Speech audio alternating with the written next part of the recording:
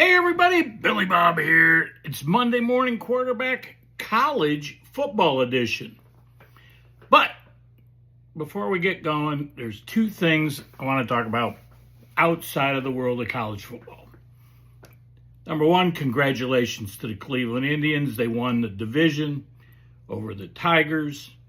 I'm embarrassed to say that I turned the Indians game off last night. I was listening to Tom Hamilton, the voice of the Cleveland Indians, and they went to extra innings. The Rangers hit a 3-run homer. I'm like, oh, man, that's it. Next thing I know, I get an alert. Brian Rocchio hits a 3-run homer. The Indians win 9-8. Well, they start tomorrow at 1 o'clock on ESPN against the Tigers. They played this will be maybe the 7th out of 12 games, I think. The last 12 games, 7th time in the last 12 or 13 that they played the Tigers. I think 13. Anyway, and congratulations to the Cincinnati Reds. They came back towards the end of the season. Not yesterday. They lost yesterday, but so did the Mets.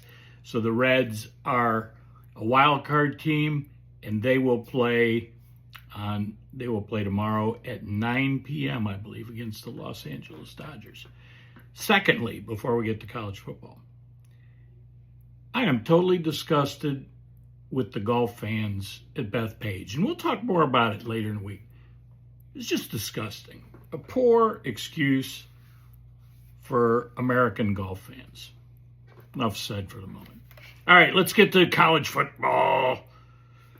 The Cleveland Indians, yeah. Cleveland Browns, Cleveland Indians. The Ohio State, if I could only read my shirt, right? The Ohio State Buckeyes took care of business, 24-6. They went to Washington, one of the Husky Stadium, one of the noisiest places in college football. However, that got neutralized by the fans. You say, what, Billy Bob? How could the Husky fans get neutralized by the fans? Well, if you looked at that crowd, there were about 30, I don't think quite 40, but at least probably 30% of that crowd was Ohio State. So that means you took away 30% of their noise level, their decibel level, right? So they weren't the same.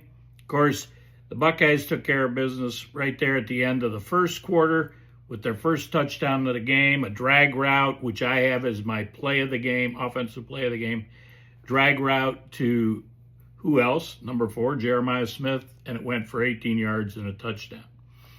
So, and then they came out at the beginning of the third quarter, what they call the last 4 and the first 4, last 4 minutes of the first half, second 4 is second half. Yeah, that's why Mrs. Billy Bob and I disagree on coin toss. She's like, if you get the coin toss, you should take the ball and go down and score. Just show them, come out. And I'm like, no, I like get the ball first in the second half. Perfect example was this past weekend. We score at the end. The Buckeyes score at the end of the first half and the beginning of the second half. So there we go. I got some stuff. I was going to say I don't have a lot about the game, but there are just some highlights maybe here. That first series where the Buckeyes got down there was fourth and 1 at the 5-yard line, I believe it was, and Oregon stopped them. They did a great job. But here's the thing. Go watch that. The Buckeyes, they had a freshman tight end in the game, Nate Roberts, okay? Number 83, Nate Roberts. Left side, watch when Roberts blocks, instead of taking the first man in your face, the guy on the inside coming off, he would be right off of the tackle there. But the tackle and guard pushed out, and they pushed the defensive end out. Roberts went with those guys like it was going to be a 3-on-1, and he left, I don't remember if it was the linebacker or the defensive tackle, came right up, stuffed the hole.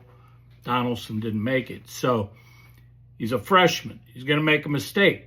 Maybe, I guess it's better he made it Saturday than he makes it down the road. But you got to learn from that mistake. So I'm sure the coaches will on film say, Nate, dude, Take the man on the inside.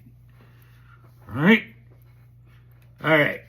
While we're talking about plays of the game, we talked about Jeremiah Smith. Let's talk about Caden McDonald. I thought the defensive play of the game was 4th and 2. It was later in the game, but Washington still had a shot. I think they might have been down 11 at the time. And 4th and 2, and Caden McDonald sacks Williams, the Washington quarterback, for a 9-yard loss.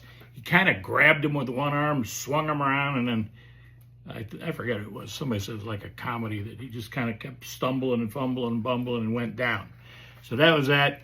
Talk about the two, what I thought were the two most impressive guys in the game. In fact, I need to pull up here real quick. I want to pull up their stats. But while we're doing that, while I'm pulling up their stats, let's talk about, you look at a game 24-6 and you're like, well, the Buckeyes, they won, but they should have won. They should have won bigger, right? Should have won bigger. Okay. So Washington, 22-game home winning streak, second longest winning streak in college football, next to Georgia, who had a 35 or 36-game home winning streak, went down to Alabama. I'll talk about that in a minute. So 22-game home winning streak snapped, okay? The first time in 15 years,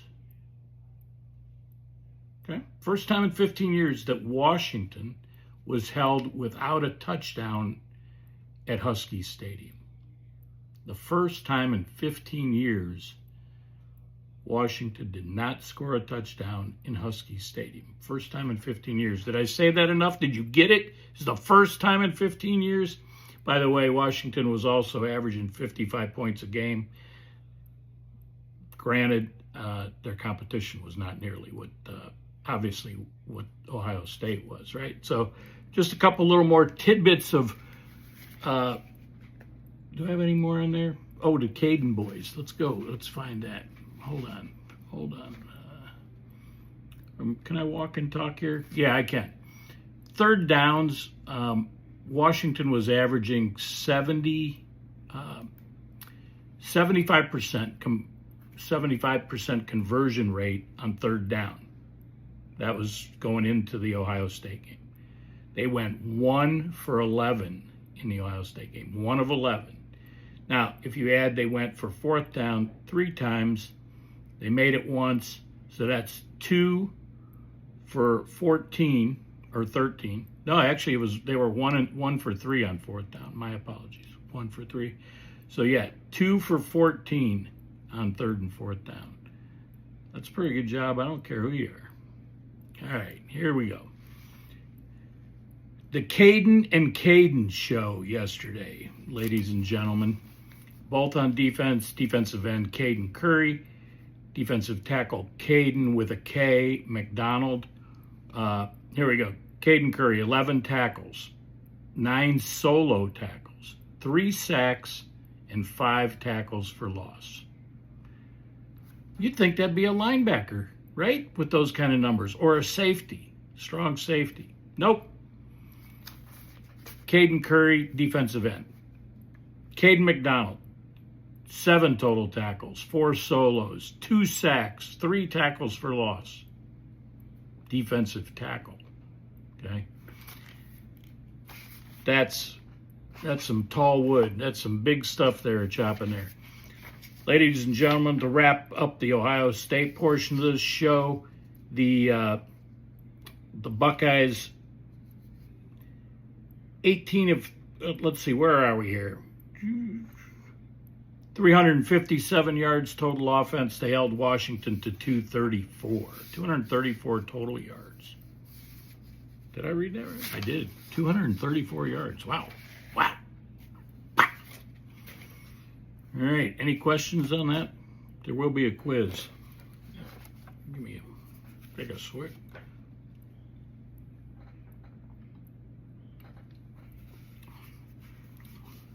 My new Monday go-to here.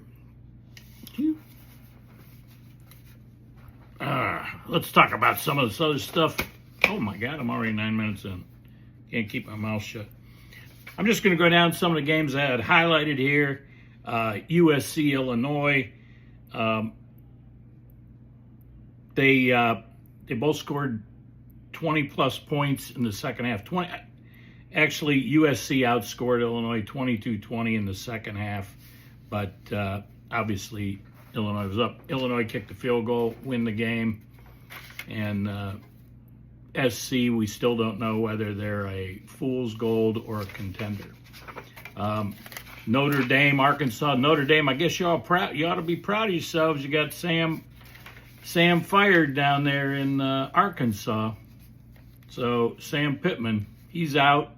And the ironic Bobby Petrino, the bad boy of Arkansas, the guy who wrecked his motorcycle with his girlfriend who worked for him in the athletic department, got ostracized. He came back, and now he's almost all the way back. He's only an intern head coach, not back to full song. But anyway, Notre Dame 56-13.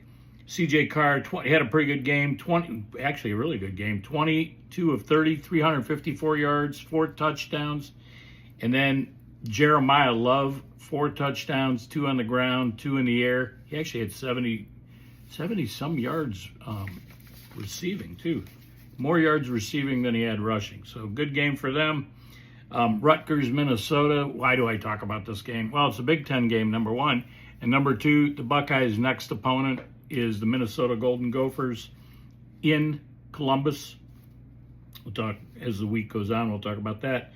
But so 600 and that was Notre Dame. Did you know Notre Dame had 643 yards total offense? Rutgers, Minnesota. Minnesota, they did not. They didn't run the ball. They passed the ball. Their kid, true freshman quarterback, Drake Lindsey, 31 of 41, 324, 3 touchdowns, and then he had 38 yards running the ball too. But I know where I was going. I'm way ahead of myself. I was shifting too many gears there. We'll talk about it. All right. Interesting game. I only highlighted this after Duke 38-3 over Syracuse. Syracuse comes off a big win down in Clemson. Again, we always go, well, what does that really say about Clemson? Clemson got beat by Syracuse. Syracuse gets pounded by Duke. I do not know, I said. I do not know if Duke plays Clemson this year. Cincinnati, big win. Big 12 win. Those are very scarce since they came in the league. But they win 34-7 over the Kansas Jayhawks. They had a 2-yard touchdown run 29 seconds ago in the game. That was an answer to Kansas scored with 1:45 in the game to take a 34-30 lead. So Cincinnati came back. They bowed up, came back and pulled that one out. Ole Miss, LSU. Thank God can we shut Brian Kelly up? He is an arrogant prick. That's the easiest way I could put it. He's just not a nice person. And so he gets everything he deserves. Ole Miss, 484 yards total offense. LSU, 256. Now, I heard him saying today on the radio that Garrett Nussmeier doesn't seem the same as he was a year ago. You know, the funny thing is they say the exact same thing about Cade Klubnik at Clemson. And guess what? Now, that was, I believe, LSU's first loss of the year. But they got one in the books. Let's see if we can get 2. Indiana over Iowa. You know, I didn't see the end of this game, but couple things here. Number one, we were watching Curt Cignetti, who last year was real all cocky, Google me, do I win, Google me. And after the game, he's talking about, well, we didn't do well because of this, we didn't do well because of that. Mr. Billy Bob goes, quit making excuses. I'm like, yeah, last year all he did was brag about how good. This year he's making excuses because it was a close game at Iowa. By the way, I guess anytime you can hold Iowa under 20 points, you're going to beat them because that's about all they can do. And what was the score of that game? Where did I go? Come on back. 20-15. So they held them. They really held them to 13 points. I heard them talk about this on the radio, and this is like crazy. So 3 seconds ago in the game, Indiana's got the ball. They want to kill the clock. I don't know. Why don't you just step back and take a knee? Curt Cignetti, in the world of betting, this is gonna go crazy. But Curt Cignetti tells Fernando Mendoza, just run for the end zone and take a safety. They're on their own 40-yard line. Okay? So Mendoza has to turn around and run 40 yards and through the end zone for his safety. I don't know. That is one of the weirdest ones that I have ever heard of. Weird. Oh. All right. Alabama. Alabama looked good. Looked good in the first half. They scored 24 points. They were shut out in the second half. Georgia comes back, makes it a close game, 24-21. Ty Simpson, like I said, really good game, 24-38, 280, 2 touchdowns. Conversely, Gunnar Stockton, who had a big game against Tennessee for Georgia last week, this week 13 out of 20, 130 yards. He did throw a touchdown pass. But and then we got to get to the whiteout, right? Whiteout. Now, I don't know how many Oregon fans were there, but they weren't wearing green because it was all white. 111,000 of screaming lunatics. What else could you want? Penn State, you're ranked high. You're playing at home under the lights, 111,000 screaming lunatics. Oregon had to travel all the way across the country. And I'll give Penn State credit. They held up a valiant fight. I mean, they scored the last 14 points in regulation to send the game into overtime, and at 17 all. And so you got to give them credit for that. But old James Franklin, I saw James said he took the blame for the loss. Well, he didn't. It doesn't matter whether he takes it or not. 80% of the Penn State fans are giving him credit for losing the game. Now, here's one thing. As I was looking at this, I looked at the overall stats, total offense. Oregon 434 to Penn State 276. But what really stood out to me in this Penn State game, and they're going to have to step it up. Oregon is the first solid team that they played, but they're going to have to step this up. They've got Katron Allen and Nicholas Singleton. A lot of people say they're the 2 best backs in all of college football.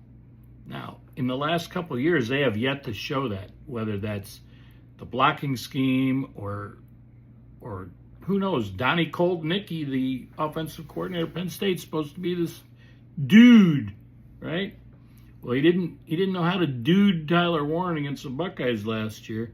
And so Penn State in this Oregon game, here you go. 137 yards passing.